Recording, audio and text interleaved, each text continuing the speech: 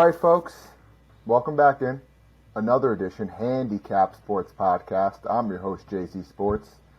And tonight, a very special guest, weekly PGA betting and DFS content for the lines. He's got one of the best tournament preview article every Sunday night. None other, John Haslbauer, a.k.a. PGA Tout. John, I appreciate you coming on tonight, man. Thank you, sir. Nailed the pronunciation, too, by the way. Not Did I? everybody gets the Hasselbauer right, but you crushed it. I was bugging heavy before that. I was like, should I go on Google Voices and check how to pronounce this? But I'm glad I got that right. But yeah, appreciate you coming on. Wanted to just get to see your come up in golf. How you got into PGA golf media, your beginnings and stuff like that. And then we could preview the players coming up this weekend. Now we're recording Sunday night, but I mean, how about that finish at Arnie's place, man? I mean, this is 2 hour post instant reaction. What were your thoughts on that? What were your final thoughts? Yeah, these designated events have not disappointed. This is 4 in a row now from Century, Waste Management, Genesis, and now this, where it's just been down to the wire. And I feel like every single tournament this year, like designated or not, when it's been like the guy that you've never heard of, or us like obsessive golf people know who Kurt Kitayama is, but your casual sports fan watching that is like, who is this guy going against Rory and Scheffler and all these others? So every other instance going into that tournament, the better player just found a way to prevail, and the guy who hasn't been there found a way to mess up and fall out of it. So you were just waiting for that to happen with Kitayama. He had that triple on 9, I think it was. Yeah. And it was like, okay, well, there it is. He's out of here. Exactly. But credit to him. He really, he doubled down, and he's won outside of the PGA Tour. So you knew he, knows how to do it, but he's been finishing runner-up so much that good for him to get it done. It was such a good event, such a fun watch. No, yeah, I totally agree, and I totally agree. Hats off to Kitayama. Just, after that triple on 9, there was no one in the world who gave him a chance there. And to go 1 under on that back 9 is, nothing shy of special. And like you said, going up against the big dogs, Rory, Scotty, I got Hovland blew up, but guy stayed poised and he was locked in. So, hats off to Kitayama. And then, like you said, these elevated events are great, and I'm excited for them to keep on moving forward here. Do you have any picks at the API that any success? Well, the outrights, I went a little heavy on Homa. So, okay. It definitely felt like he had a chance going in. I guess midway through his round yesterday on Saturday, it kind of felt like he was turning a corner, and he went birdie eagle to start, and he got in the top 5. But he had his worst putting tournament of the season. So what can you do there? Yeah, except that was going to fall off a little bit. I mean, he's been scorching hot with the flat stick, and then you got Rombo, who round 1, everyone said, oh, this tournament's over. Those last 3 rounds, he struggled big time, and you got to think everyone's been comparing to Tiger. I've been hearing a lot of stuff like that, and then really puts it into perspective, of how hard it is to be that consistent. So, thoughts on Rom? Bounce back this week? You think he's going to be back in the mix come Sunday? Yeah, it's interesting how much the narrative changed over the next 3 days, because after the first day, it was okay, Rom's just going to win every tournament. Like you said, Tiger comparisons. And he was going into Sawgrass where, he hasn't really been in it at the Players. He's got a couple top 15s there, but he's never been, in contention. And so you don't really think of that as, a Rom course. But then you look at all the elites, and aside from Rory, who's won there, all of the top players have struggled. I guess you throw away Justin Thomas, too, and, list of, your top 10s. But Finau, Cantlay, Xander, Scheffler, none of them have had any success here. So relatively, you don't think of the players as a Rom course, but I'm sure he's going to have, plenty of motivation here. He's still going to be at a crazy short number that I'm not going to be able to bet, but maybe a placement or a DFS way to get exposure. But yeah, it's really interesting pinning him down, because he went from dominant to human in an instant, and No, it all happens yeah, so fast. it's crazy. It's crazy. So yeah, I mean, obviously API was just unbelievable. Great weekend of golf. Great Sunday today. But yeah, to get into the meat of things now, I wanted to bring John on. I kind of wanted to get to know, his background, how he got into PGA media.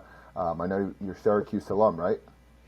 Yes, sir. Class of 2015. Class of 2015. Little younger than you, but do you know my boy Noah Eagle? Is that Ian Eagle's son? Yeah, yeah, I knew he went there. yeah, he went there. The only reason why is we went to preschool together, so Oh. we got that little that little link right there. But you're from Jersey too, right? I'm from Long Island, but I live in Jersey City now. So I've been living in Okay, Jersey basically like post graduating college. But nice. yeah, I still claim Long Island as my home.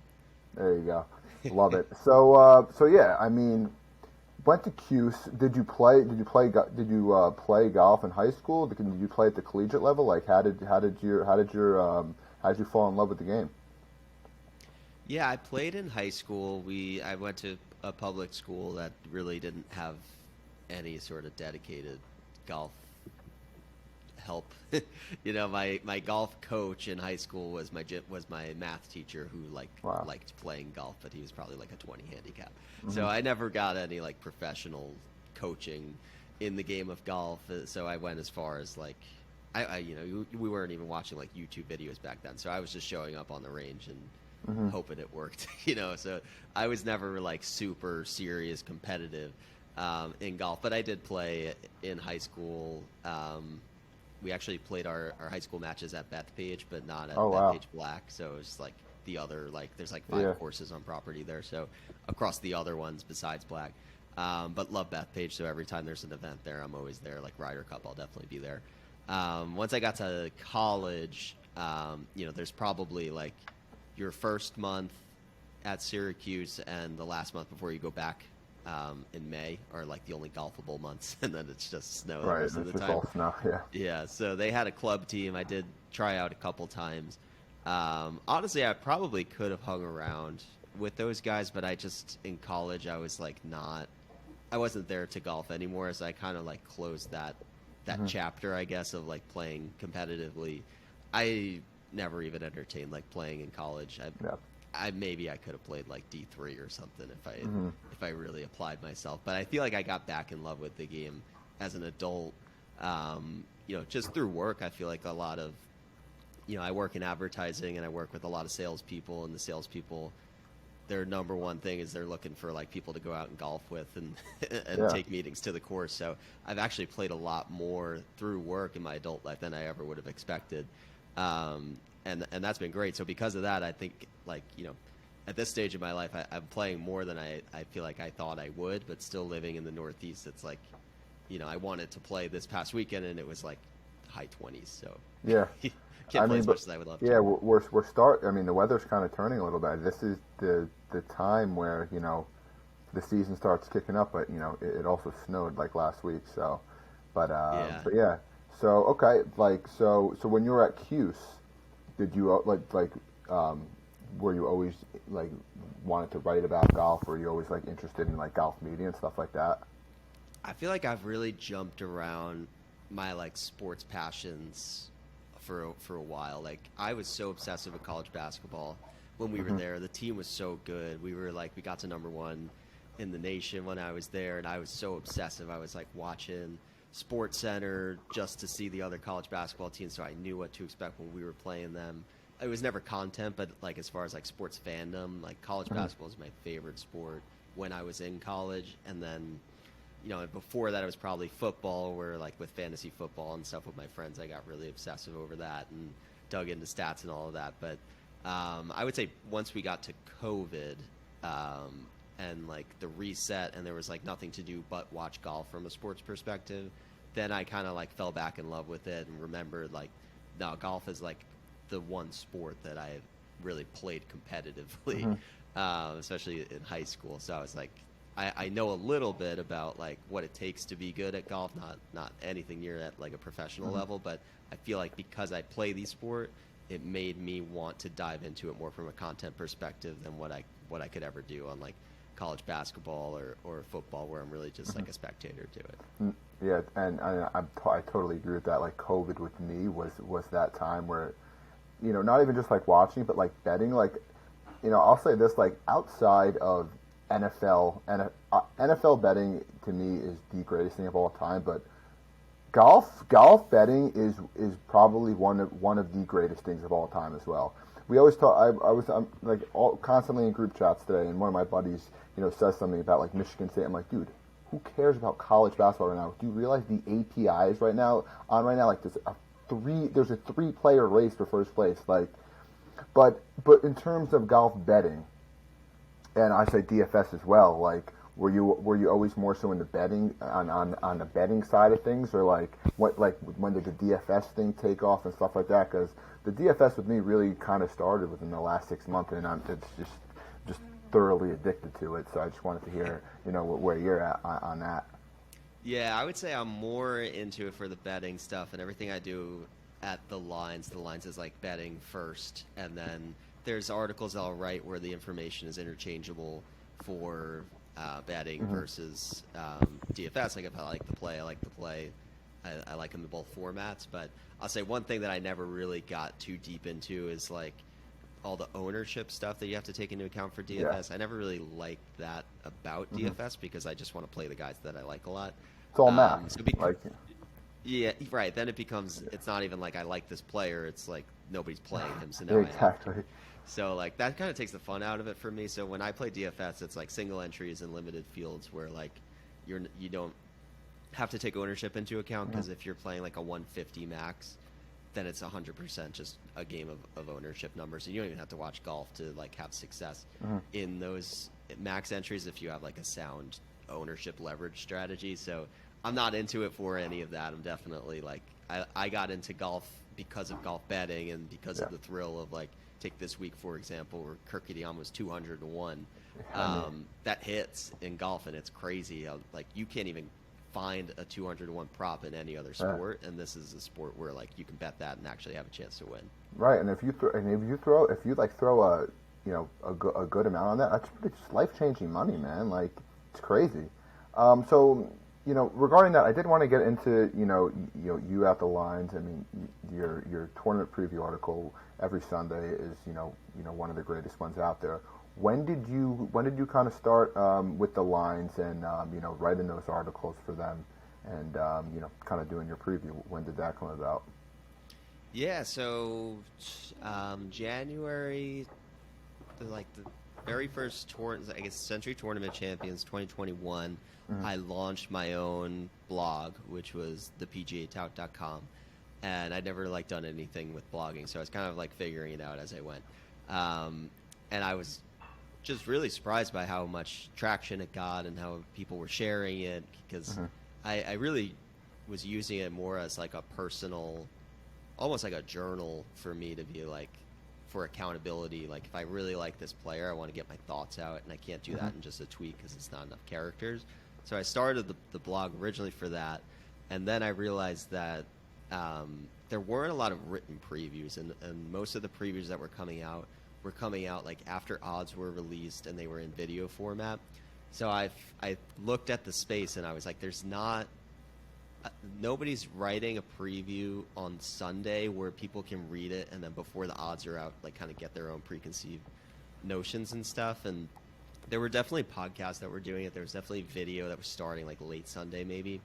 But I am somebody who would rather read an article, because you can read through an article in 5 minutes versus a podcast you need to dedicate a half hour, an hour. Now you have 1.5x, you can get through it a little quicker. But I always felt like that was the opportunity, and people weren't really doing it because it probably takes 5, 6, 7 hours to write an in-depth preview, and it takes, like I said, 5 minutes to read it. So just from a man-hour standpoint, I feel like the bigger players in the space of the content were oh, it's not worth it for me to do written. So that's where I saw the opportunity to start doing that, and I think it picked up traction because it kind of filled a need for people in their weekly process, and kind of started to be this first step point for people, and not to say like it's better information than what everybody else was doing, but I think at the time it was first and it was reliable, because I did it every week. So then, yeah, after a year of that, I had this like pipe dream that I could monetize it with like Google AdSense and stuff, and I probably made like $100 total on ads. But to get any money at all off of it in year one, I thought was the goal. But then I sort of like started talking to people at the end of 2021 and started to see like what are my articles worth, and I talked to 5 or so publishers. But the Lines was really like, it was such a perfect fit because, like I said in the beginning, I am not a DFS expert by any means, and a lot of people who are doing content are more in it for the DFS than for the betting, just because DFS is available nationwide, it's fully legal, and betting is something that hasn't fully rolled out to every state, and that is separately a reason why I really wanted to get into it, because I think it's only going to blow up and get more and more popular as it gets like nationally legalized, especially in California. I feel like once that drops, it's really that's gonna be like a second bubbles. But I love that the Line says like betting first. They're all about like responsible betting, having a strategy, unit management, and all of that stuff, which is everything that I care about too. And actually, a few of the guys at the Lines were Syracuse alum, and that's how they found my work. And that's why they reached out to me. So that was just always a really good match for me. Really happy, being there for now over a year, and it's cool because they've got a full staff of editors and stuff. I never worked with an editor when I had my own blog, so I was putting stuff out, and there was typos everywhere, and I had no SEO strategy. Nobody could find it Googling for it. So it's all these things that when you have the backing of like a legitimate publisher, you get like fully edited work that I know is going to make grammatical sense. And it's something that I don't need to rely strictly on Twitter for, which has been great because you get a lot of new inbound traffic from Google when you've got people who know what they're doing on that side. Yeah, definitely. And so you're at the Lines. You're doing the tournament preview articles, betting articles. Every PGA tournament. Where did you really see the following of yours? Because you got a very nice following on Twitter. Where did you kind of see that where did that, when and like kind of where did you see that taking off? Like, was it the first couple articles that you put out? Was it, you were 10 tournaments in and after that it happened? Do you kind of remember when it kind of just blew up? Yeah, it's a good question. It wasn't like an all at once thing. It's definitely gradual. I would say every time I hit a winner, and I was able to screenshot or call back to like, hey, look at what I wrote before the tournament. This is why I played this guy and it hit. And if you read this, you might have gotten on it too. And fortunately, I did have like enough people reading the articles that when it hit, people were kind of advocating for me too. So if I wrote up like Daniel Berger at Pebble Beach, people would like retweet my article again and be like, oh, you got to follow this. He was right about Daniel Berger. So I think just being bold about takes, putting myself out there with tweets of like, I really think this guy's going to win, and then him actually winning. Being right is the most important thing to like growing a following, because Twitter is like a 24-hour property of like, what have you done for me lately?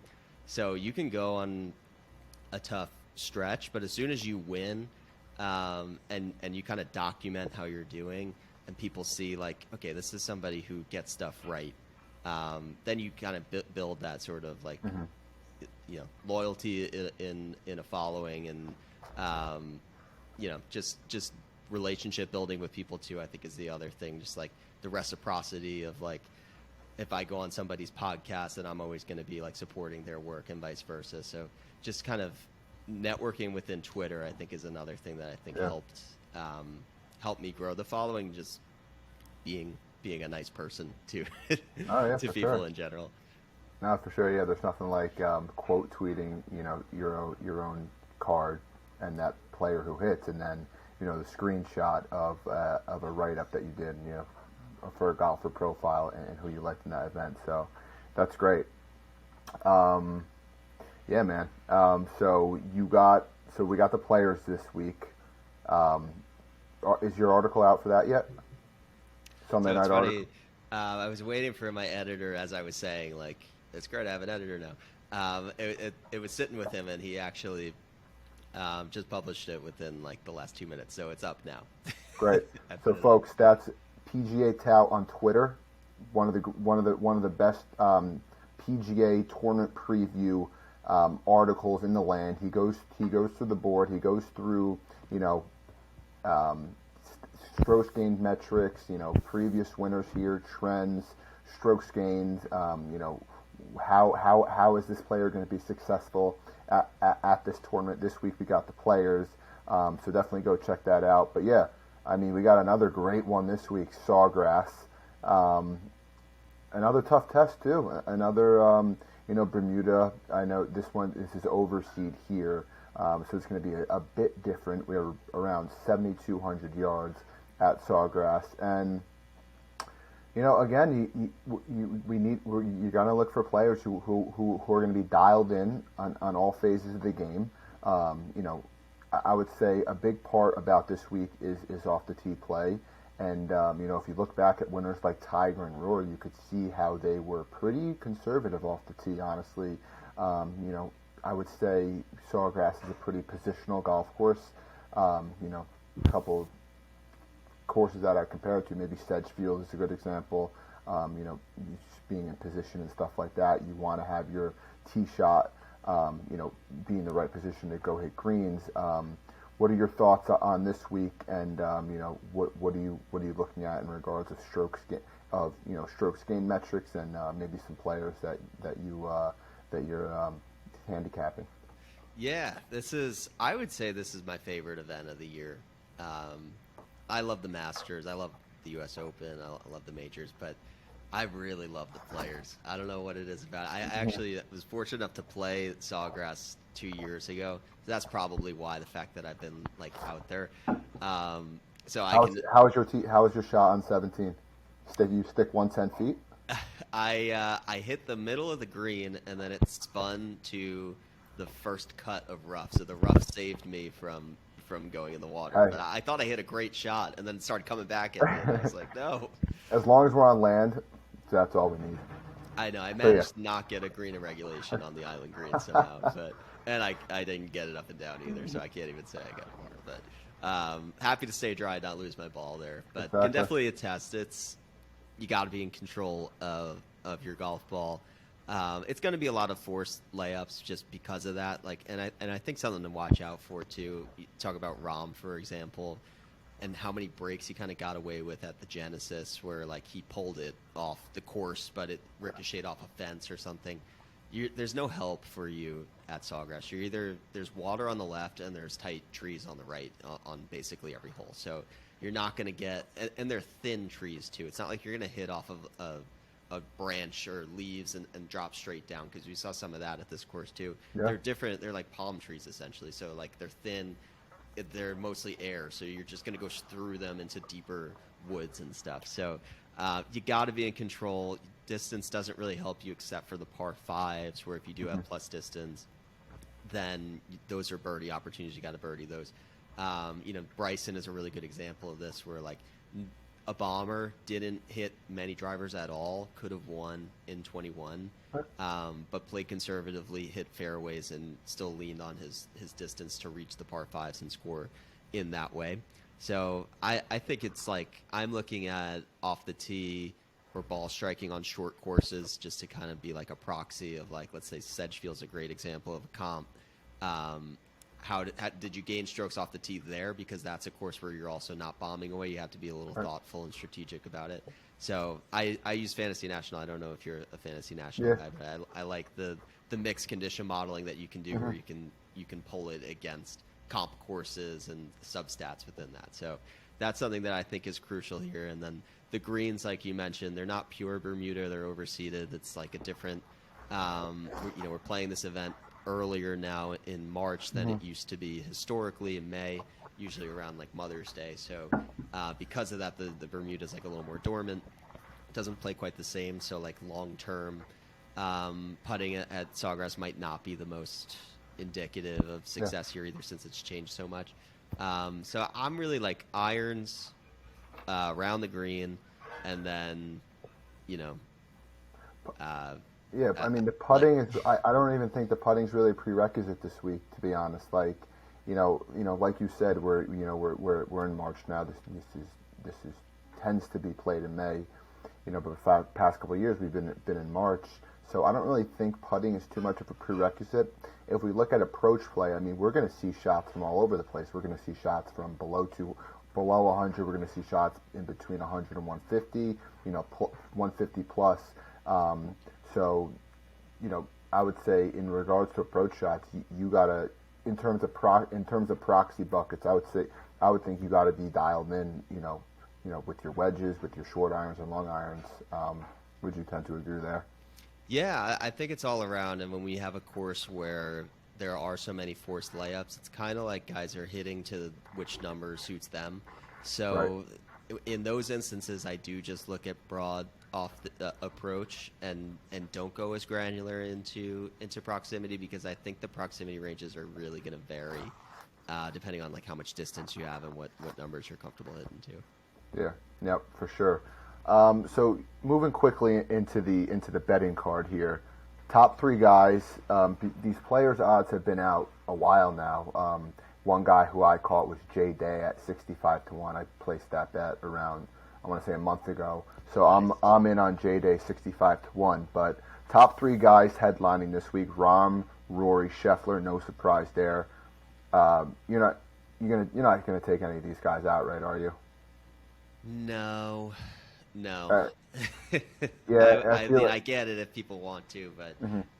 this is a very volatile, random Yeah. event where the favorites like miss the cut more often than most other events. So, not the type of like single bullet type of week that I want to get myself into. No, yeah, exactly right. Like we see long shots win this thing all day long. The favorites, like you said, miss the cut a good amount of the time. Like pretty much every tournament, I kind of just dial in on players like in between 30 to 40, maybe 40 to 50. But this week I might get a little bit longer than that. Going down the list here, you have your JTs, your Xanders, Colin, Cantlay at 20, Finau at 22, Holm is at 22, Willie at 25, Javi at 25, Sungjae at 28 is interesting. You know, eh, like Sungjae at the Honda. Obviously didn't have his best stuff, but I thought he played fine. A fine 4 rounds at the API. Sungjae is usually dialed in on these positional type courses. I think that's a good number at Sungjae at 28. What do you think there? Yeah, Sungjae is always good on the Florida swing. I know higher hopes for him at the Honda where he was the betting favorite, but wasn't Yeah. terrible there. And I didn't catch where he finished this week, but I feel like he was sort of in contention. What was he like? Top Like three, three-ish? 4 under. Like I don't think he moved from like 3 or 4 under the entire tournament. He was just steady playing par golf. But yeah, like I said, I think that 28th number is pretty nice for him this week. Yeah, I love Sungjae. I think you can make a case for him at pretty much any course out there. He's kind of due to be winning more than he actually is too. I'm pretty sure I bet him here. I definitely did bet him here last year. Actually, I remember he was like my only future I took before the Players. So I love his fit here for sure. How did he finish here last year? Sungjae last year here was what? He stayed in it. He's T55, but T17 and 21. But yeah, like I said, I think that's a good number on him this week. Getting into the 30s a little bit. Shane Lowry 35, Spieth 35. I mean, this guy Jordan Spieth, it could not be more in his head if he tried. He had every opportunity to win that event today, and it's just time and time again. Like his ball striking is gorgeous. Like we're seeing 2015 Jordan Spieth ball striking, but it's just this thing with it. It's the mental game with him now. I mean, it's ridiculous on the green, talking to himself in Mikey G's ear constantly. It just seems like he doesn't have control of himself. Yes, and he's always putted poorly at the Players where like the tee to green has been okay. So it doesn't really look like this is going to be the spot where he corrects the putting, but putting is a sort of category where you can turn it on overnight. And actually, when he won that Harbortown last year, he was Yeah, also like kind of spiraling out of control, had like his worst putting performance at the Masters ever. And then suddenly, like it all clicked. So that's what you're dealing with Spieth. Maybe like an outright where if he's either great or he's not, but DFS he could like really, crater a lineup there. And he, I don't know. I go back and forth on him because I think his number will drop now. You said 35 is what it kind of looks like right yeah, now, and he just contended and he should have won that tournament. So I would think if odds adjust on Monday, that number will actually come down a little bit. I agree. If it stays at 35, I would think about it, but you're it's just going to be a little bit of an adventure of a ride if you're trying to back him. No, exactly. And the next guy, so there's 4 guys in this 31, in this 35 range. Tom Kim is the next guy at 35. So if we got Lowry at 35, Spieth at 35, Young at 35, and Tom Kim at 35, how would you rank those 1 through 4?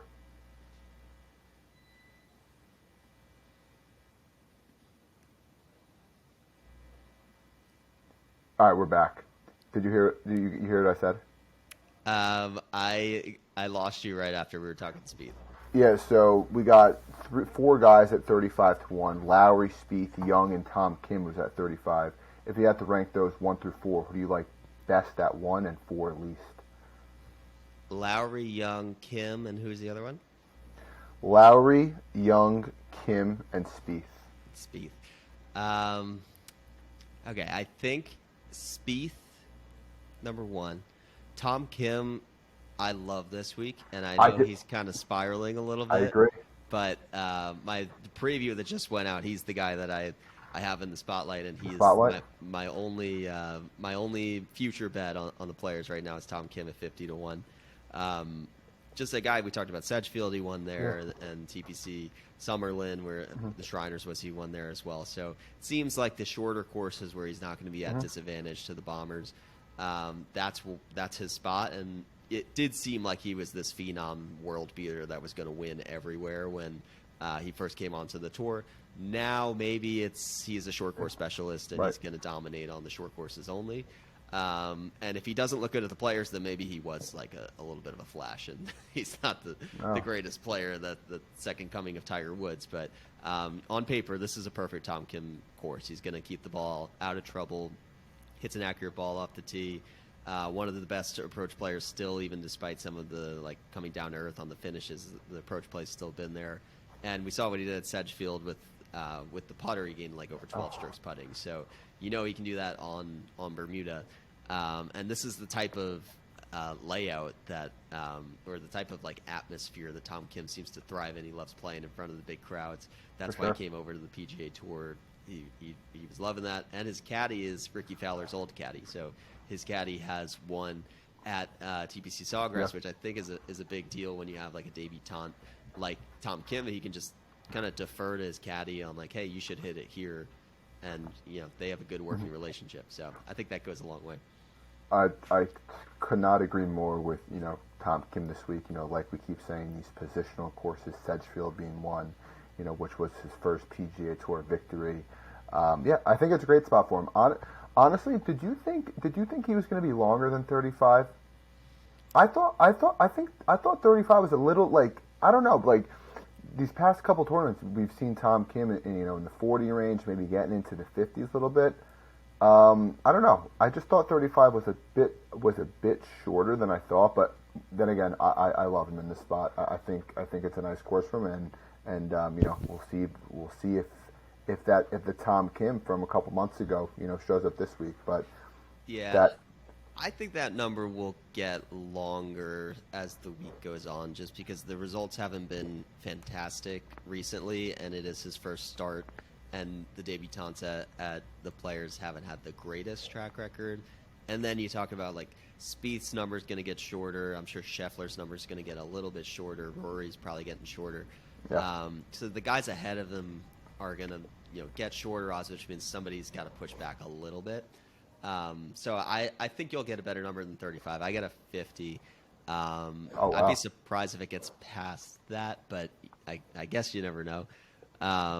And I guess to answer the original question, I really like Lowry as well.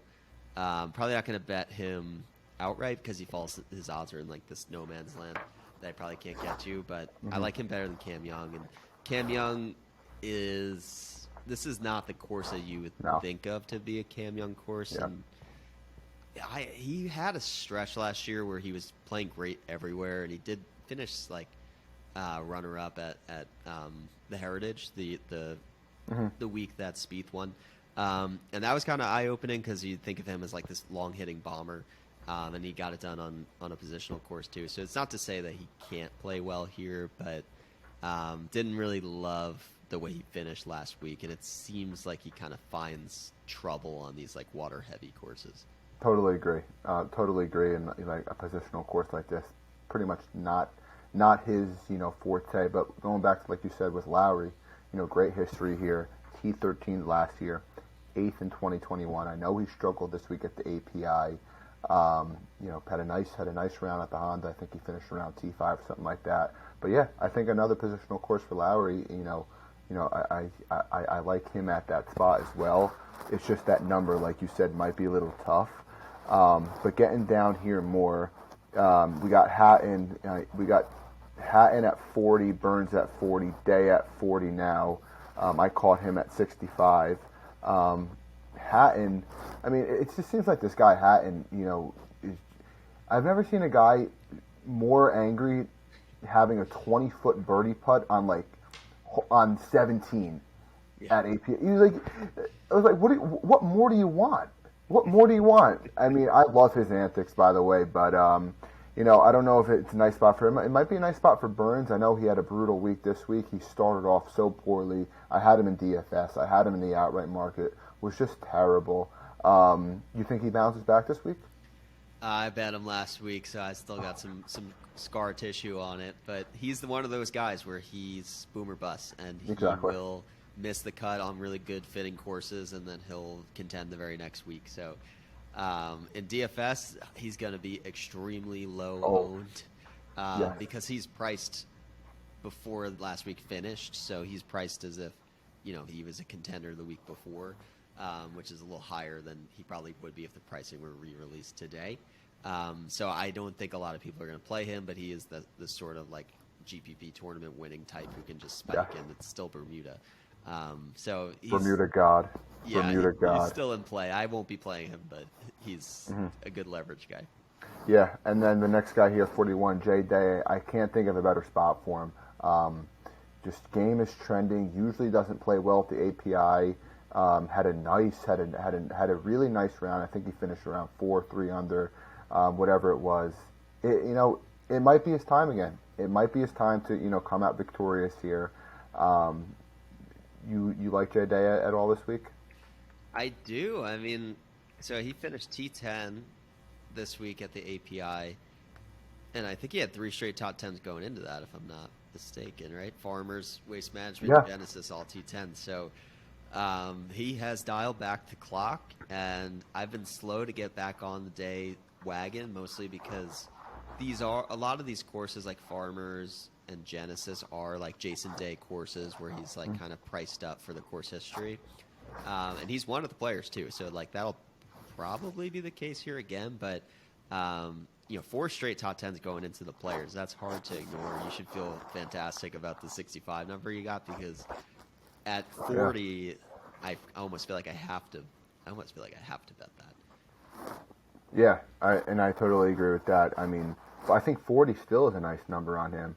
65 was like 2-3 weeks ago, and then last week it went right down to 40. So, obviously you like that spot here. And the next guy coming in at this range, who's 50 right now, this is DraftKings Sportsbook, is Ricky Fowler. It's Ricky Fowler. I mean, another guy he's won here before. I think we were talking about Tom Kim's caddy. I think it's another great spot for Ricky. I think Ricky this week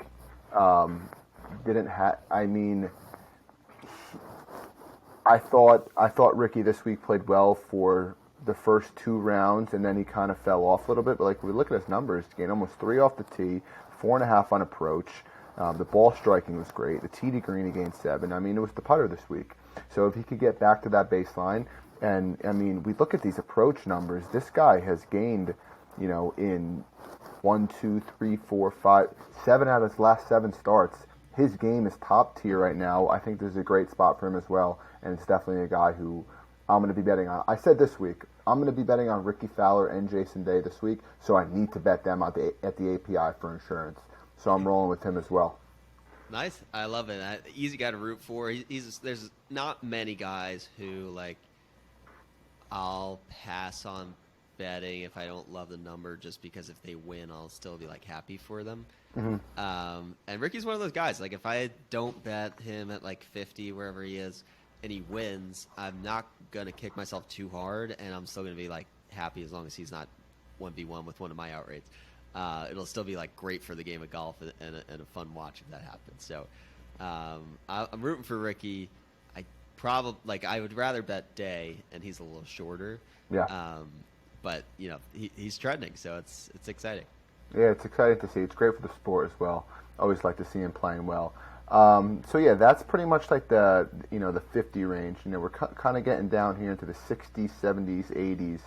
Is there any? So this is where I want to get here. Is there any long shot that you like this week? Maybe 80 plus. I bet Keegan Bradley at 90 this morning. He's at 90. Wow. That was. He was totally out of it. He was in 50th this morning, and he shot 6 under today or something crazy. So he went all the way up to T10, and now I think he's as long as 75. You can get him. But yeah, Tom Kim and Keegan are my 2 bets. As of right now, I'll fill out the rest of the card tomorrow. But Keegan is very consistent at the Players. He lives in Florida. I want to say very close to Sawgrass. And I actually think he might practice out of Sawgrass. So he's usually putted well here, even when he's been a horrible putter.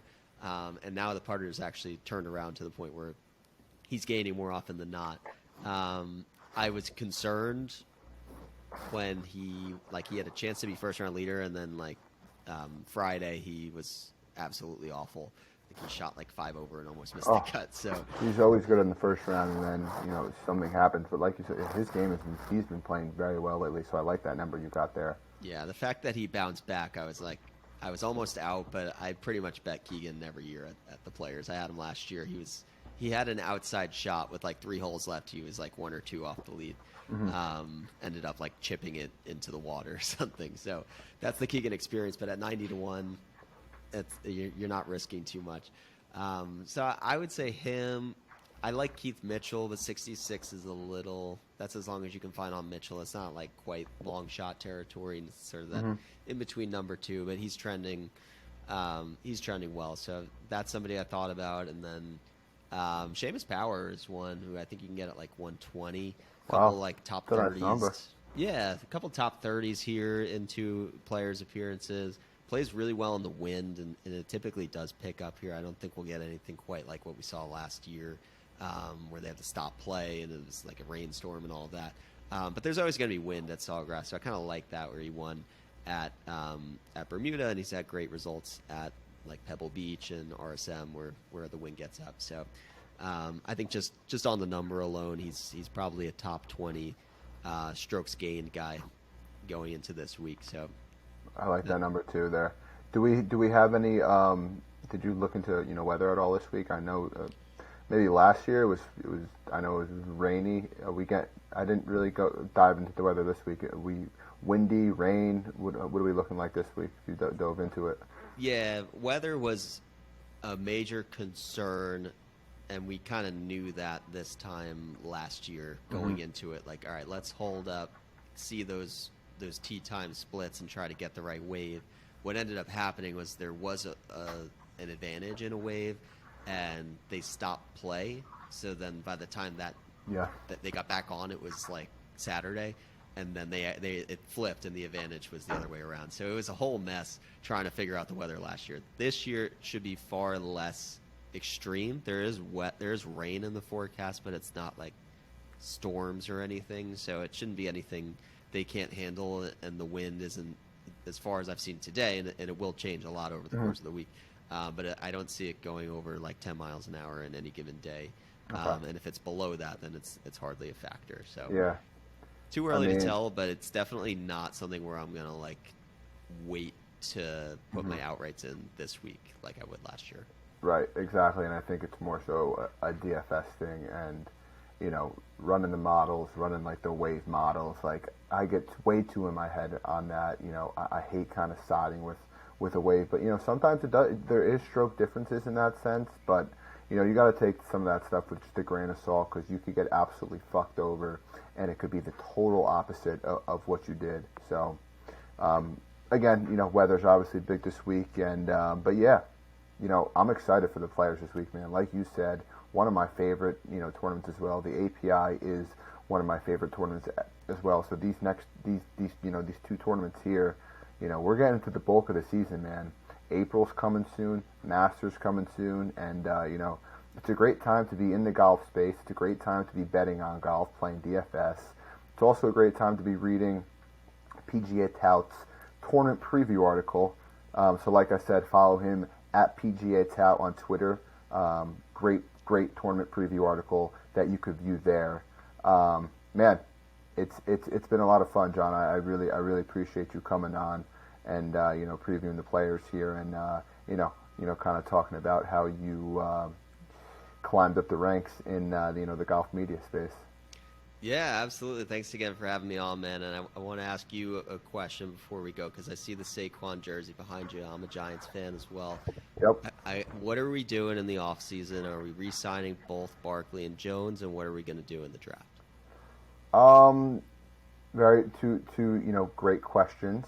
With the whole thing with Jones, um, pay the man, just pay the man, just please pay him, because what better are we going to do than Dan Jones? Like the thing is with Dable right now, he's got Daniel in the perfect set. Like he's got him in the perfect set. The offense that they're running is perfect for Jones. He's the coach that he needs. So with Jones, pay him anything he wants. With Barkley, I don't know. I don't know with Barkley. I mean, you see all these teams. They just play dirt cheap for their running backs, and that's how you win Super Bowls. And you grow in the trenches that way. So regarding your question on draft, give me another trench guy. D line. I mean, more so O line than D line because our D line's unbelievable. But maybe try to target a nice wideout. I think Isaiah Hodgins looked unbelievable towards the end of the year, so I like him there. But pay Jones, tread lightly with Barkley, and try to get a trenches guy in the draft or or a wideout, maybe a nice defensive back.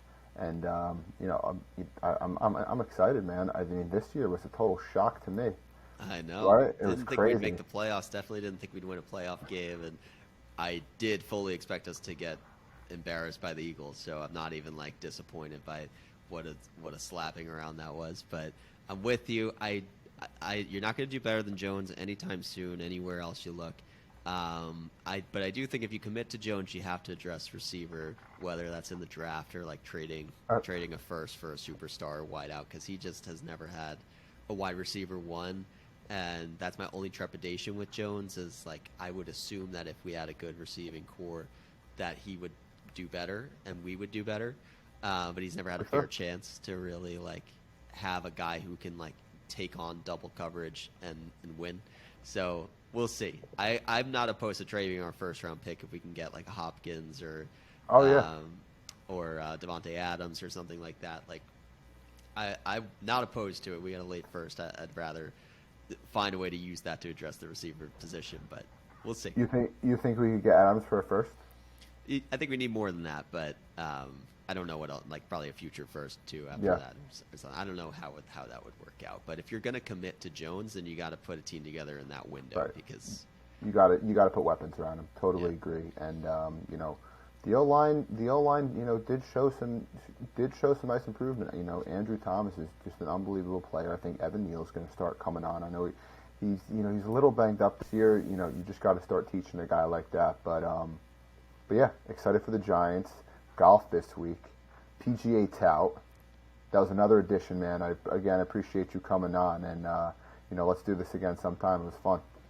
Absolutely. Thank you for having me on, man. Good luck with everything at the Players. Cool. All right, folks. That was another edition. Handicap Sports. See you guys later.